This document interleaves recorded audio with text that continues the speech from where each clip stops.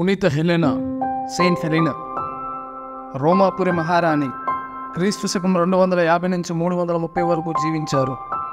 పూర్వపు రోజుల్లో ప్రపంచానికి అనధికార రాజధాని రోమ్ నగరం. ఆ నగరాన్ని పరిపాలించిన కాన్స్టంటైన్ చక్రవర్తి తల్లిగారే పునీత హెలెనా గారు.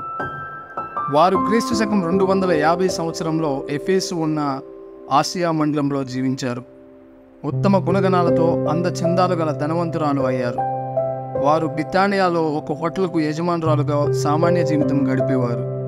అందుకు ఆకర్షితుడైన కాన్స్టంటైన్ క్లోరస్ అనే ఒక సైనికాధికారి హెలెనా గారిని వివాహమాడాడు. 20 ఏండ్ల అనంతరం క్లోరస్ పాశ్చాత్య దేశాలకు చక్రవర్తి అయ్యాడు. తన శక్తియుక్తుల మేర రాజ్యపాలన చేశాడు. అయితే కొన్ని రాజకీయ కారణాల వల్ల మనస్పర్ధలు పెరిగి చక్రవర్తి క్లోరస్ భార్య హెలెనా గారికి విడాకులు ఇచ్చారు. అప్పటికి వారికి ఒక కుమారుడు జన్మించాడు. తల్లి చెప్పు చేతల్లో క్రమశిక్షణలో పెరిగాడు ఆ బాలుడు. అయితే ఆయనే కాన్స్టంటైన్. తండ్రి మరణానంతరం చక్రవర్తి అయ్యాడు.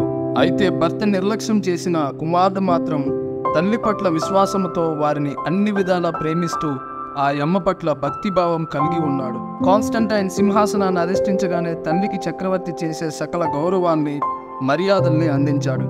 క్రీస్తు శకం 313లో బలవంతుడైన మ్యాగ్జెంటస్ రాజుపై కాన్స్టంటైన్ చక్రవర్తి విజయం సాధించిన తర్వాత హెలెనా గారు క్రీస్తు బోధన పట్ల ఆకర్షితురాలై క్రైస్తవం స్వీకరించారు. అప్పటి వరకు అర్థం పర్థం లేని మానవ కల్పిత కథలతో నాయకులే వారి భోగభాగ్య సంతానమే దేవుళ్ళని, వికృతాకారాలను, విగ్రహాలను, దుష్ట శక్తులను పూజించడం ఆపేసి జ్ఞానస్నానం పొంది క్రీస్తును కొలుస్తున్నప్పటి నుంచి తనకు శాంతి లభించిందని హెలెనా గారు పేర్కొన్నారు. హెలెనా గారు ఆదర్శ క్రైస్తవ జీవితాన్ని కొనసాగిస్తూ అనేక రకాల దాన ధర్మాలు గావిస్తూ మహారాణిగా అధికారంలో ఉంటూ తమ భక్తి ప్రదర్శన ద్వారా అనేకుల్ని ప్రభావితం చేయగలిగారు. ఇదే అదునుగా రాజ్యంలో క్రైస్తవ విశ్వాసాన్ని వ్యాపింపచేయడానికి గట్టిగా కృషి చేశారు. యూరప్ ఖండమంతటా అవసరత కలిగిన చోటల్లా క్రైస్తవ దేవాలయాన్ని నిర్మించేందుకు సహాయం అందించారు. ఆచరణాత్మక ప్రోత్సాహంతో వేదహింసలు జరుగుతున్న ఆ రోజుల్లో ఆ అమ్మ క్రైస్తవులకు అండగా నిలిచారు. పునీత హెలెనా గారు తమ 75వ ఏట అనగా క్రీస్తు శకం 325 సంవత్సరంలో ఓపికగా సుదూర ప్రయాణం చేసి పవిత్ర భూమి అయిన పాలస్తీనా దేశానికి ప్రాయశ్చిత్త పర్యటన చేశారు.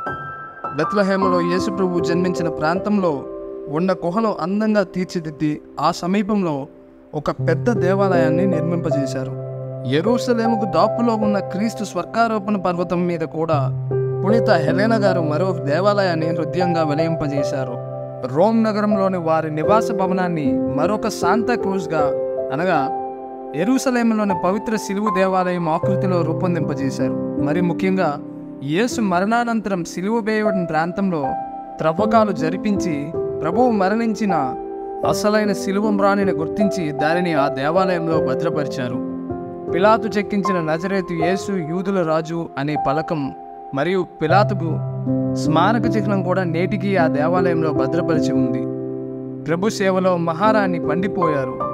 సంతోషపూరితమైన మంచి మరణాన్ని వారు క్రీస్తు శకం 330లో తమ 80వ ఏట పొందారు. పునీతురాలై నేటికి తనను ప్రార్థించిన వారిని శతదా సాయపడుతున్నారని ప్రతీతి. అద్దకాలు వేసే కళాకారులు, సూదులు, దబ్బలాలు, మేకులు, గుణపాలు తయారు చేసేవారు పునీత హెలెనా గారిని తమ పాలక పునీతులుగా గుర్తించి వేడుకుంటారు. హెలెన్ అంటే సూర్య వెలుగు, వెలుగొందు వ్యక్తి అని అర్థం.